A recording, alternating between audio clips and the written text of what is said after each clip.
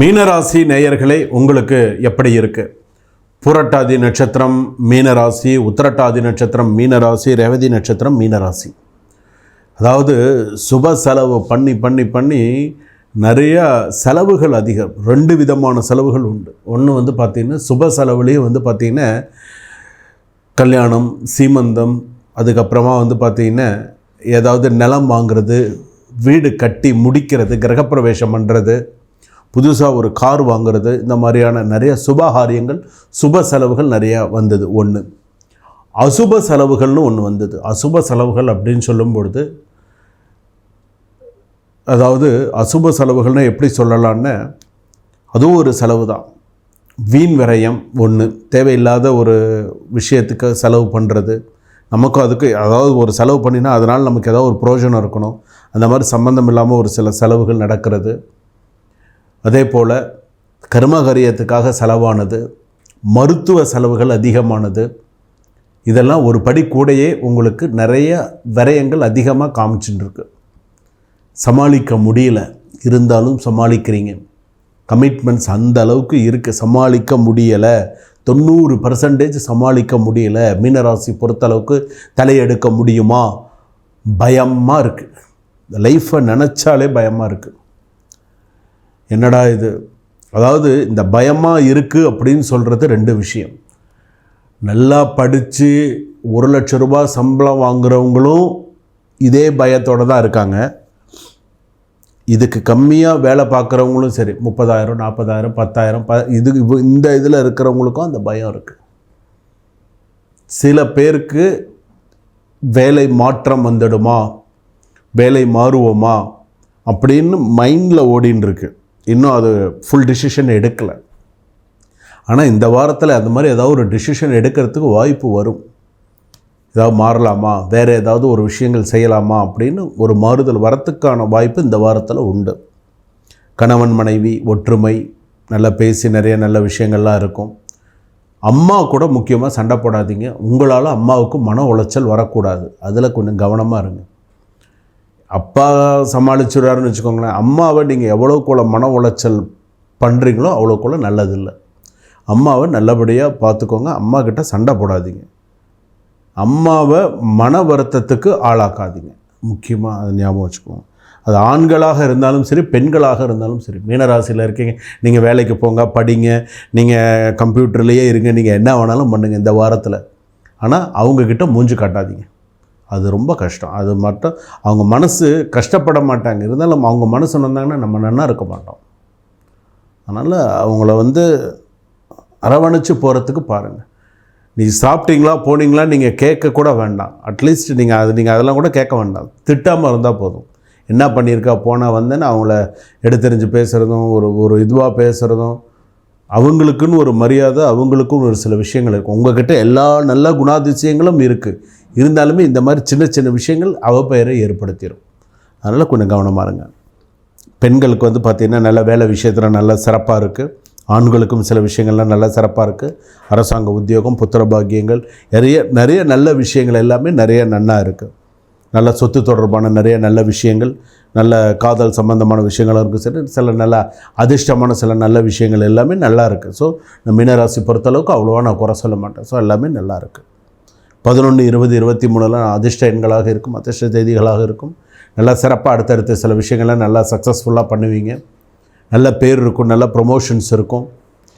கலைத்துறையில் இருக்கக்கூடியவர்களாக நல்லா சாதிக்கக்கூடிய சூழ்நிலைகள் இருக்கும். மாணவ மாணவிகளாக நல்லா சிறப்பாக சக்ஸஸ் பண்ணுவீங்க. வெளிநாடு போய் படிக்கக்கூடிய யோகங்கள்லாம் உண்டு. கடல் கடந்து போகக்கூடிய பாக்கியங்கள்லாம் உண்டு. இந்த வாரத்தில் நிறைய நல்ல செய்திகள், நல்ல விஷயங்கள், மனதுக்கு ஆறுதலான விஷயங்கள் எல்லாமே நடக்கும். ஆண்கள் அப்பா கிட்ட சண்டை போட்டுட்டு இருப்பாங்க, பிரச்சனை பண்ணிட்டு இருப்பாங்க. சொத்து தொடர்பான சில விஷயங்கள்லாம் சண்டை வரும் இந்த வாரத்தில். எனக்கு இது கொடுத்தே ஆகணும், செஞ்சே ஆகணும்னு சொல்லி சண்டை போடுவாங்க. சொந்தக்காரங்க சில பேர் அதுக்கு மாட்டேன் அப்படின்னு சொல்லுவாங்க. அண்ணன் தம்பிக்குள்ளே சில பிரச்சனைகள் வரும். ஒரு பிள்ளையாக இருந்துட்டால் பிரச்சனை இல்லை, 2-3 பேராக இருந்தாங்கன்னா பிரச்சனைகள் அதிகமாக வரும். உடல்நிலை பாதிப்பு அதிகமாக வரும். ஸோ இந்த பிரச்சனைகள்லாம் இந்த வாரத்தில் உண்டு. பெண்கள் வேலை விஷயத்தில் கவனமாக இருங்க. வேலைக்கு போகிறது, வேலை விஷயங்களில் நீங்கள் சம்மந்தப்படுத்துறது, வேலையில் நீங்கள் கையெழுத்து போடுறது, வேலை விஷயத்தில் எவ்வளோ கொஞ்சம் எச்சரிக்கையாக இருக்கீங்களோ கொஞ்சம் கவனமாக வேலை பாருங்கள். எப்படியும் நீங்கள் இன்னும் 2-3 மாதம் வரைக்கும் நீங்கள் அங்கே வேலை பார்த்து தான் ஆவீங்க. அப்புறமா பெண்கள் வேலை மாறுறதுக்கான வாய்ப்புகள் உண்டு. கொஞ்சம் கொஞ்சமாக சில விஷயங்கள் சரியாக இருக்கும். ஸோ அது வரைக்கும் கொஞ்சம் நிதான போக்கை கடைப்பிடி. எந்த ஒரு விஷயத்துலையும் அவசரம் இல்லாமல் நீங்கள் செஞ்சீங்கன்னா சிறப்பாக செய்வீங்க. முன்கோபம் இல்லாமல் செஞ்சீங்கன்னா சரியாக பண்ணுவீங்க. இந்த வாரத்தை பொறுத்தளவுக்கு நீங்கள் இதிலெல்லாம் கொஞ்சம் எச்சரிக்கையாக நிதானமாக தான் இருக்கணும். தெய்வ வழிபாடில் எவ்வளோக்குள்ள உங்கள் மனசை நீங்கள் செலுத்துறீங்களோ அவ்வளோக்குள்ள நல்லது.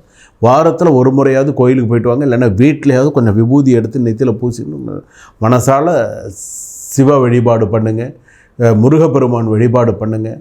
கூடியமான வரைக்கும் மதுரை மீனாட்சி அம்மன் வழிபாடு, சாமி அம்பாவை வாங்கி வீட்டில் வைங்க. சின்னதாக ஒரு படமாவது வாங்கி வைங்க. இல்லை ஃபோன்லேயாவது வால்பேப்பரில் வச்சுக்கோங்க. மன அமைதியை தரக்கூடியதாக இருக்கும். மீனராசிக்கு சுபமாக இருக்கும். சுபம். தற்போது நாம் பார்த்திருக்கக்கூடியது பொது பலன்கள். எந்தெந்த கிரகங்கள் எந்தெந்த ராசியில் இருக்குது அப்படிங்கிறத வச்சு பொது பலன்கள் நம்ம சொல்லியிருக்கோம். மேஷத்தில் சுக்கிரன், ரிஷபத்தில் சூரியன், மிதுனத்தில் புதன், குரு, அதே போல் சிம்மத்தில் கேது, அதே போல் கும்பத்தில் பார்த்திங்கன்னா சனி, ராகு, இதெல்லாம் கால்குலேட் பண்ணி பொது பலன்கள்.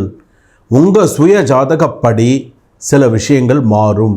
எந்தெந்த கிரகங்கள் எந்தெந்த ஸ்தானத்தில் இருக்கோ அதுக்கு தகுந்த மாதிரி தான் பலன்கள் வரும். சில பேருக்கு பொது பலன்களே அப்படியே பலிக்கும். கீழே டிஸ்கிரிப்ஷனில் என்னுடைய நம்பர் இருக்குது. என்னுடைய பேர் டாக்டர் ராஜ்குமார் சிவாச்சாரியார், மருத்துவ ஜோதிடர். என்னுடைய நம்பர் இருக்கும். நீங்கள் உங்களுக்கு என்ன சந்தேகங்கள் இருந்தாலும் நீங்கள் கீழே டிஸ்கிரிப்ஷனில் நம்பர் கொடுத்துருக்கு. ஜாதகம் பார்க்கணுமா, பேர்ராசி பார்க்கணுமா, ஜாதகம் எழுதணுமா, அல்லது உங்களுக்கு பார்த்திங்கன்னா திருமண பொருத்தம் பார்க்கணுமா, வாஸ்து பார்க்கணுமா, எண்கணிதம் பார்க்கணுமா, கைரேகை பார்க்கணுமா, குழந்தைகளுக்கு பேர் வச்சு கொடுக்கணுமா, சுபகாரியங்கள் பூஜைகள்லாம் பண்ணி கொடுக்கணுமா, மருத்துவ ஜோதிடம் பார்க்கணுமா, மிக முக்கியமாக மருத்துவ ஜோதிடம் பார்க்கணுமா, உச்சந்தலையிலேருந்து உள்ளங்கால் வரையில் என்னென்ன மாதிரியான பிரச்சனைகள் இருக்குன்னு உங்களுக்கு ஃபோட்டோ போட்டே உங்களுக்கு அனுப்பிடுவேன்.